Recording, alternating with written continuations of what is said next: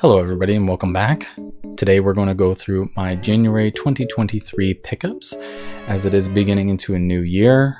Some new games are being released and sometimes you can find some deals on some people who are getting rid of stuff from Christmas. They've kind of gone through their old storage and have decided to kind of sell some things, whether they have come into money problems from Christmas as they spent a little too much on their family. Sometimes you can get a little bit of a bargain on some people who are getting rid of some old stuff.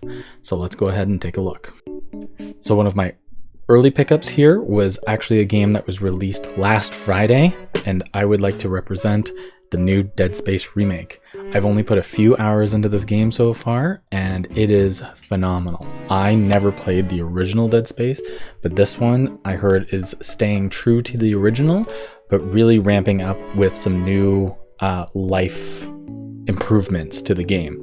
And I continue to play through it, and I'm going to try to live stream it on YouTube soon. So stick around.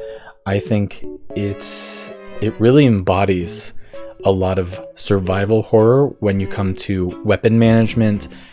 This game is so bloody. That's the thing.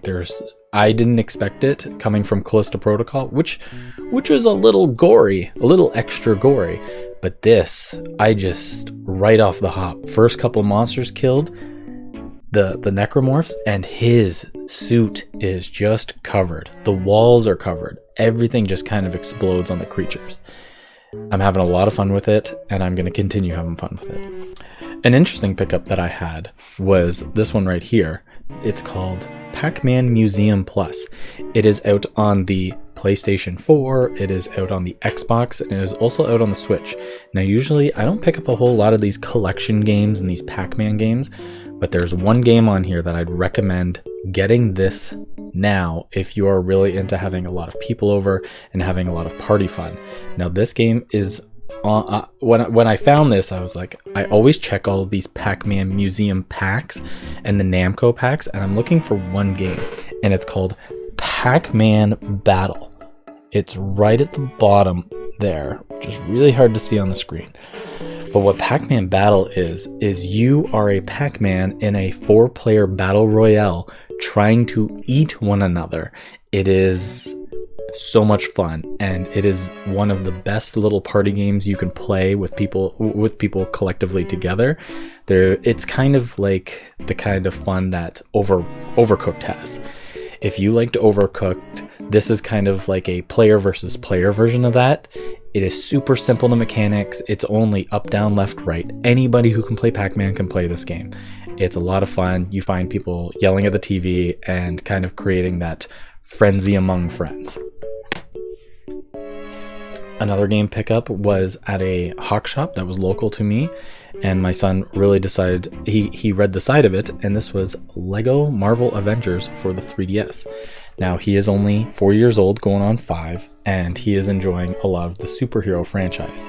He hasn't really watched any of the movies, but he really likes the characters. He really likes how they have shields and they're armorized, and I know that the Lego games are a lot of fun and pretty easy for them to play on. The 3DS kind of has a little too many buttons for him. He's not really into gaming. He's not really into playing the stuff that's on the screen. He doesn't mind watching and stuff like that, but he's more of an imagination kid. It was just a pickup from a Hawk Shop, and I think it was $9.99. It was very, very cheap. This game came from eBay, and I picked up Godzilla Melee Destroy All Monsters. Now you can see here that the case is pretty brutal. You can see that it's got lots of tears and rips. It is also missing the manual, but from what I've heard is this game is a blast to play. It is Godzilla in 3D combat versus some of your friends or the computer.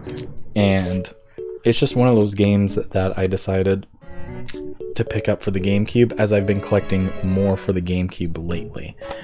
I say that, but I didn't pick up anything else for the GameCube this month. Now with my Resident Evil HD remake playthrough, I tried to go out and obtain the guidebooks for Resident Evil 0 and Resident Evil remake, and I did find them, and I found them locally for quite cheap. Online, these are usually sitting around $30 to $40 each, and I wasn't very impressed with those prices, plus shipping on some of them.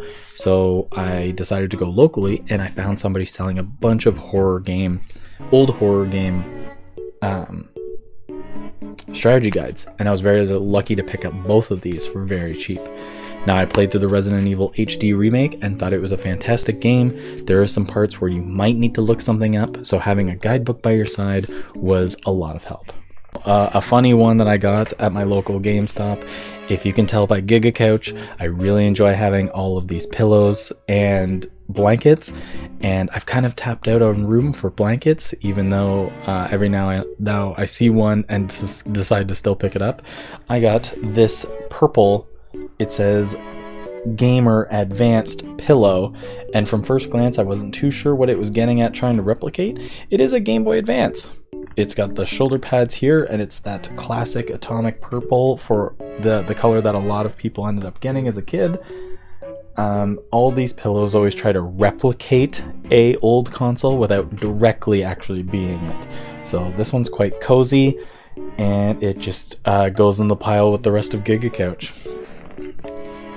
Now here comes a considerable creation that I made. I thought it would be fun to kind of custom make a GameCube controller, and I decided to go on a Captain Falcon themed controller.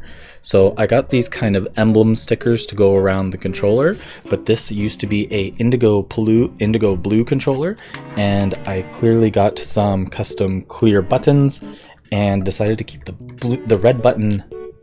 B button red, because all of Captain Falcon's attacks are mainly enhanced with fire with the B button. Actually, all his moves are. So I kept it red to keep along with that aesthetic. I really like how this controller came out. I used this adhesive spray paint and really sanded it all down. It does have some cracks within the paint, and it turned out quite well. I'm going to take some close-up video of it. But I also have another one that's being made in a shop currently. So I made this red Yoshi controller, and it's got the emblems and all of the buttons that are going to be green, white, and red within the controller, and there's a little green egg Yoshi emblem that's going in the middle. That's it for today's video. I know it was a quick and short one, just a few pickups for January. Not too many new releases came out that I was very interested in, except for the Dead Space remake. Now, coming into February, I think a few more games might be getting released here and there, and I'm going to keep my eye on local pickups and eBay listings. But I'll be honest, with all that's in the game room here, it's kind of hard to decide on what you're going to get next. A lot of it's been filled out. I've already fully gotten a lot of the things that I'd really like to collect going forward when it comes to my Switch collection, whether it's the N64, which is an almost complete collection. I think I'm going to head forward with a couple more GameCube games. I'm going to be looking for Goblin Commander, which is an interesting little game that I played when I was young. And I think the GameCube just has a few more games that I think I'd like to add into the collection. Other than that, what are you collecting for in 2023? Let me know in the comments below, and thank you very much for watching.